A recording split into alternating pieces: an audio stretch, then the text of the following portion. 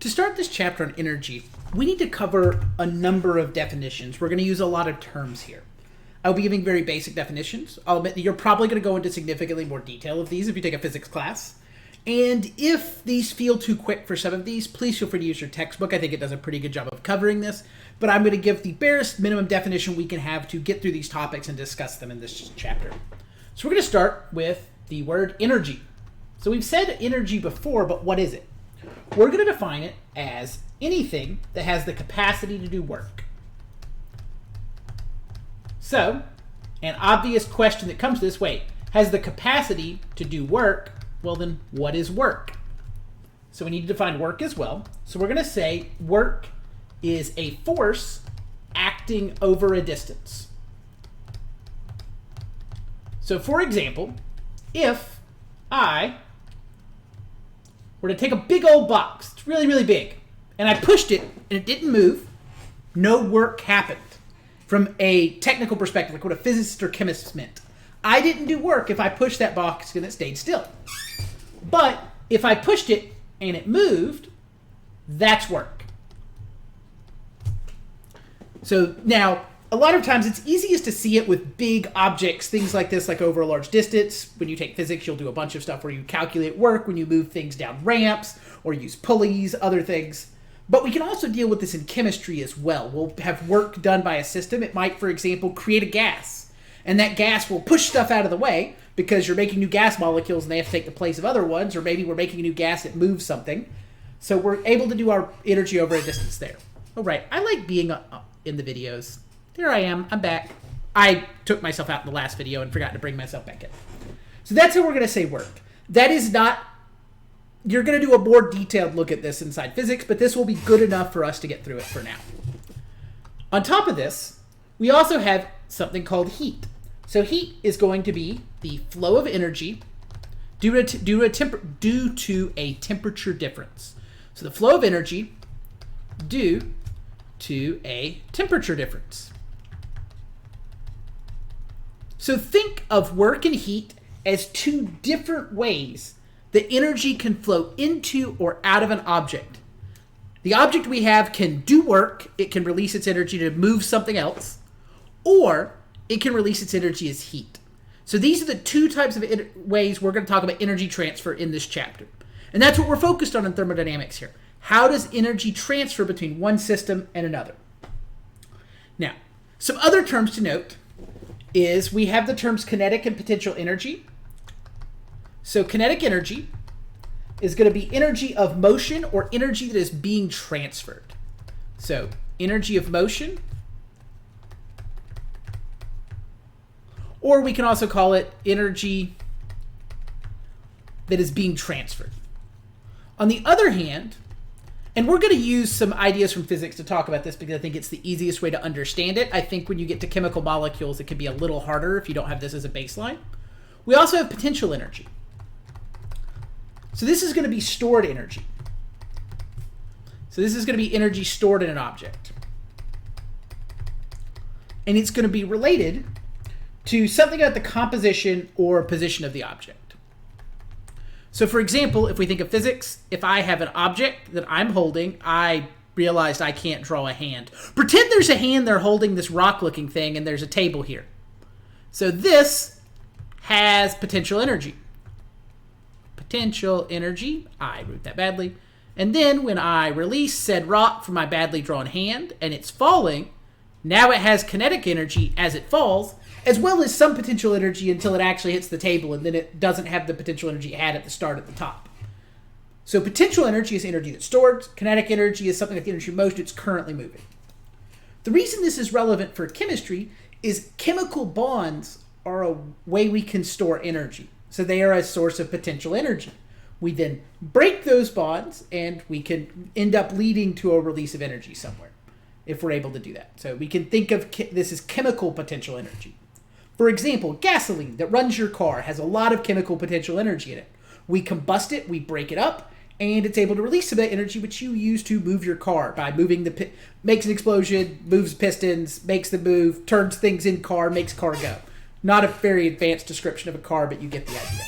So you have octane or ethanol or other things in your car. You break those molecules up. You use that energy to make car go vroom vroom and lets you get to school, go to work, and lots of other wonderful things. Assuming we still use combustion engines, maybe, I mean, even hydrogen cells were doing something else with energy still. They're still having potential energy you convert to that, but maybe we're not combusting hydrocarbons someday, depending on when you see this video. But definitely, if you're seeing this when I'm making it, we still use lots of cars that use combustion engines. So what else do we need to do definitional-wise? Well, we need to mention units. So the unit for energy we're going to talk about is a joule. So a joule is the amount of energy needed to apply 1 Newton of force over 1 meter. So this is amount of energy. So Newton is a measurement for work. So it's amount of energy to apply 1 Newton, which we use a capital N for, of force over 1 meter. So if we write this out as a complete, so a joule is equal to a kilogram times a meter squared per second squared, which is equal to a Newton times a meter. So a Newton is a kilogram times a meter per second squared, just without the square part. The extra meter is what makes it a joule. So I mentioned this because in our early units chapter, back at the very beginning, we said there were certain base units. So I want to point out that joules are not a base unit. They're not one of those 7 we went over, but they're made up of a number of other units that make them up. Now, this mention of an amount of energy to apply 1 Newton of force over 1 meter is probably not the most helpful way to see how big a joule is. So let's talk about it in another way.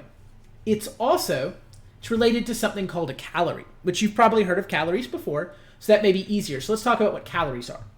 So 1 calorie is the amount of energy, and then we'll relate it to joules. Amount of energy to raise the temperature, of 1 gram of water, 1 degree Celsius. So 1 gram of water by 1 degree Celsius. And so I want to point out that when you see a calorie on your cereal box or whatever, or your sandwich or your Powerade bottle, it's not the same calorie as this. This is lowercase, little c. So big calorie is equal to 1 kilocalorie, which is equal, both are equal to 1,000 little calories. So in terms of problems I write for this class, I'm not going to try to trip you up by using big C and little c both, because honestly, oh wait, I didn't realize that was capitalized. Since capital C's and lowercase c's look kind of similar other than size, I'm not going to be trying to do that, but I want you to recognize that these are different, and to know when we're talking about calories in this class, I'm going to use little c calories, or I might say kilocalories, that I'm not saying the same thing that you're used to when you talk about a 2,000 or 2,500 calorie diet. That is a bigger number. Honestly, because as far as I know, it's that when they were coming up with rules, was that kilocalories sounded bigger than calories. So that wasn't good. And wait, my sandwich has 300,000 calories. Sounds awful. So we called them 300 calories because those numbers were more manageable. And they are in a lot of ways. Like it's more manageable to work with. So just recognize we mean different things when we say this. Now, how is this related to a joule? Well, 1 calorie is equal to 4.18 joules. So they are related units. That gives you kind of an idea of what a joule is. Now, let's see. A couple more definitions we have to go. I know there's been a lot already, but I'll admit this chapter has a lot, and it's necessary for us to be able to talk about problems. So the other things we want to mention are, this one I'll do quickly. We have the law of conservation of energy. So what this means is that energy can't be created or destroyed. So that means if energy leaves somewhere, it has to go somewhere. It has to get transferred. It doesn't just disappear. A whole bunch of equations we're going to work on are going to be based on this assumption. So just know the law of conservation of energy says that energy can't be created or destroyed. It has to go somewhere. So if something heats up, it's because something else cooled down, or maybe there was a chemical reaction that released heat that heated it up, but something had to happen. Now, it doesn't have to stay in the same form. So, for example, a chemical bond could break and create heat because the energy in the bond got changed into heat energy. So the energy doesn't have to stay in the same form. We could use heat energy to turn into a different type of energy. That's okay. But you can't say, oh, I had some heat energy. It left. It disappeared. It's nowhere. It just vanished. That doesn't happen. The energy went somewhere. Even if the answer is you track it down and say, oh, the energy radiated into space. Well, it still went somewhere. So even if you somehow managed to track that energy, it went far enough that eventually it got out of the atmosphere. It still is somewhere. So your energy doesn't get created or destroyed. That was that one. Now we have two other big categories. I know, lots. We're going to call things systems and surroundings. So when we use these terms, what this means is basically systems are, this is the thing we're interested in.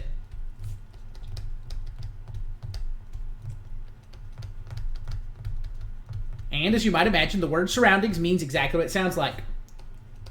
What is around the system? So for example, let's say I had a water bath. Let's say I had a water bath that was closed up, and then I dropped a hot cube in. So I have a hot object, and I placed it in some cold water. And I want to track where the energy's going. So in my problem, I'm going to define my system as my hot object, and my surroundings is the water around it. That's what it's in contact in, and that's where energy is going to go. So then I can solve a problem and figure out, oh, how much does my hot object cool down, and then how much does my cold water warm up? And we will do that in a later video. But that's why we're worried about this. So system and surroundings is something that you have to define, and you'll use it in some equations, and just be consistent with. In the most technical sense, when we say system and surroundings, surroundings eventually comes to everything else in the entire universe. But practically speaking, your system is in contact with something specific, and there's somewhere it's going to lose energy. I am not concerned that when I have let's say I take a hot piece of metal and I cool it down in a water bath, I am not concerned that technically that heat energy could eventually end up in a different state. If it goes far enough and you keep tracking and maybe there's somehow through a weather front or something, because that isn't happening on a time scale of what I'm looking at, and it's not interesting to the thing I'm actually studying. No, I want to know what happened to the water, what happened to the metal object. Yes, if given enough time, the water is going to equilibrate with the temperature of the air, and heat is going to leave the object, especially if I don't cover up the container. That does matter for super long term, but for the purposes of I got some cold water, I put a hot object in it, I measured the temperature 30 seconds later, it is predominantly affected by this contained system. And this is how we're going to solve a lot of problems. We're going to limit our surroundings. We're going to say, this is the stuff that matters. It is, and we'll use words like thermally isolated to say it doesn't transfer heat to the outside world, at least at a very fast rate, or one we're worried about. So we will somehow word it as we're just worried about this stuff, this water and this object, or we did a chemical reaction here and it did something. We want to trace that. For example, in lab, you would usually work with calorimeters, and you would put something in it and you see what happens. So why does this matter, and how are we going to talk about it then? So system reactions. So we worry about this because of chemical reactions we're going to do. And they come in two varieties. So I'll do this on the next page. So we have exothermic reactions, and we will mention this term a few times in this chapter. These are going to be when energy flows from the system to the surroundings.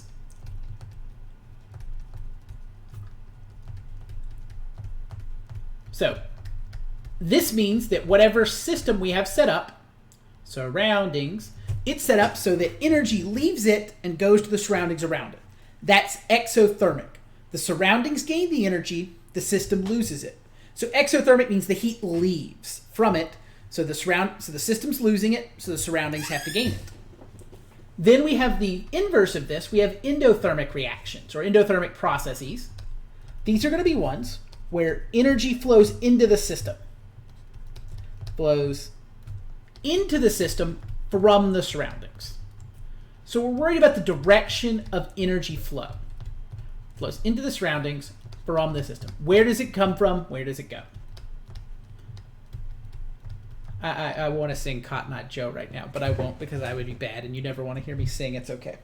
And if you don't get that, that's fine. Although if you YouTube it, it's not great. I remember it from middle school at some point about Cotton Eye Joe. Okay, unrelated to any of this. Now, back to topics of usefulness. We have one more, and then I can finally quit saying definitions, because I know this is everybody's, well, maybe not everybody's least favorite part, but it's mine. So when we deal with this, we need to deal with how this works for something we're going to call internal energy and how this relates to a topic we call state functions. Now, I'll admit, some of this I'm about to say is really to help get you ready for later things, that in a lot of ways I think there's some nuance to some of the stuff I'm going to say that we kind of brush over. For example, what the state function thing is, I'm going to give a really basic definition, and I'm not going to worry about some technical things related to it. But okay, so internal energy for a system, what that is it's going to be the sum of the kinetic energy, which I'm just going to abbreviate KE, and the potential energy. So if you sum all the energy in a system, this is what you get. And so the energy, so our energy is going to be the potential energy plus the kinetic energy.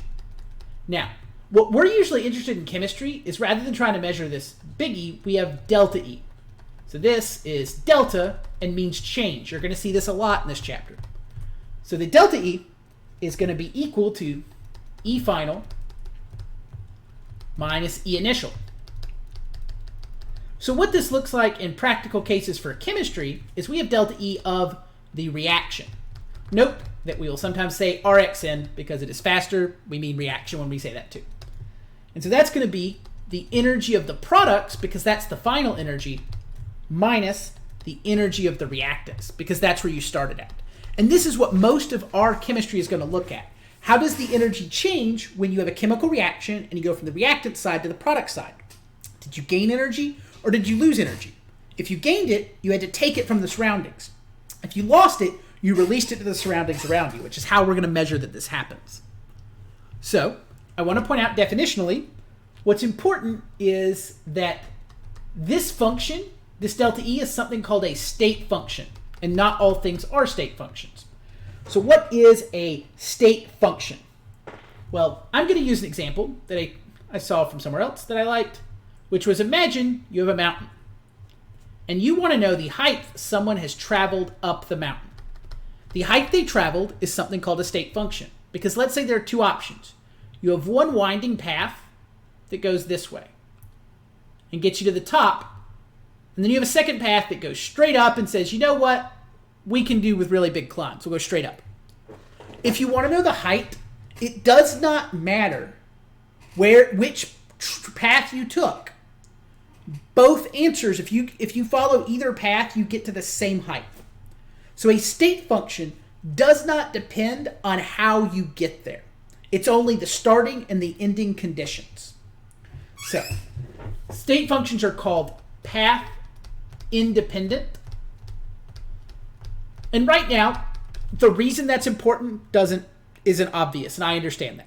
We are in a video or two going to do some stuff that only works with state functions. The second thing I want to point out is not all things are, so let's give an example. Let's say we want to know, well, how far did I walk? Because I want to know, because I'm tracking my miles to see how healthy I am. Well, then that is path dependent. I can't just tell you, oh, I started at the bottom of the mountain and I climbed to the top of the mountain. That doesn't tell me how far you got. I need to know which path you took. So therefore, you are not path independent. So some quantities we work with, that'll be true for. And others, we can say, no, all I need to know is the beginning and the end. The reason this is helpful is that it lets us use some tricks to solve questions easier when we can go, oh, we don't care how you got there. So we can assume you took paths that we might even know you didn't, but end up in the same place at the end. So we can have big tables of, oh, this chemical reaction, I'm not sure how it goes through necessarily looking at it, but I know one way to get there. And if I know that way, I can use big tables from our textbooks to solve our problem, even without knowing the exact way the chemical reaction behaves. I go, oh no, I know the reactants, I know the products. I can tell you a bunch of information about this system. And so that's the reason we are worried about this. So the last point I want to talk, because we're reading state functions because we're talking internal energy, is I want to talk about how that internal energy looks with our two different terms. We said that sometimes we would have exothermic reactions, and sometimes we would have endothermic. Endothermic. So what that means is if we were to have a graph that was of the internal energy, so this is how we tend to list them. So if we had, these are our reactants. So when we do a reaction that's exothermic, that means it's going to release energy. So we'll talk about later why it would do that. So that means at the end, it's going to be lower. So this difference is going to be our change in energy. And since it's exothermic, that means that our change is going to be negative. So it's going to be less than 0. On the other hand, endothermic are reactions that gain energy. So we have a graph. We have our internal energy. I'll just write IE this time. We started our reactants. And then we do a reaction, and we end up at a higher point at the end. And that difference is our change in energy. And that's supposed to be change in energy is greater than 0, not greater than 6. Sorry about that. Now I'm just going to rewrite it. Now, one final, just a technical thing about the way I drew those graphs. You notice they have that bump in the middle. The reason for this is that that's like a barrier that keeps the reactants from just instantaneously turning into products. Otherwise, you'd never have the reactants by themselves. It wouldn't take any time. They would just instantly change because there's nothing that gets in the way. Real reactions, which we will study a lot more in 1212 and in organic chemistry we'll talk about too, what happens is you don't just instantly go from two molecules, like when you make water, for example. Hydrogen plus oxygen reacts to make water. When it does that, there's some in-between steps. We don't just go spontaneous from, I'm an H2 molecule, I'm an O2 molecule. Bam, now we're water. There's some in-between steps. And those in-between steps aren't stable. That's why you don't see the in-between molecules. So because they're unstable, they're really, really high energy. They don't like being that. So you have to do something to put energy into our system. We make this new temporary molecule that you don't see, and then it reacts to form our new product. And so that's why you have the big bump there. So finally, that finishes our primary definitions. In our next video, we can start working on how to actually do something now with these chemistry terms.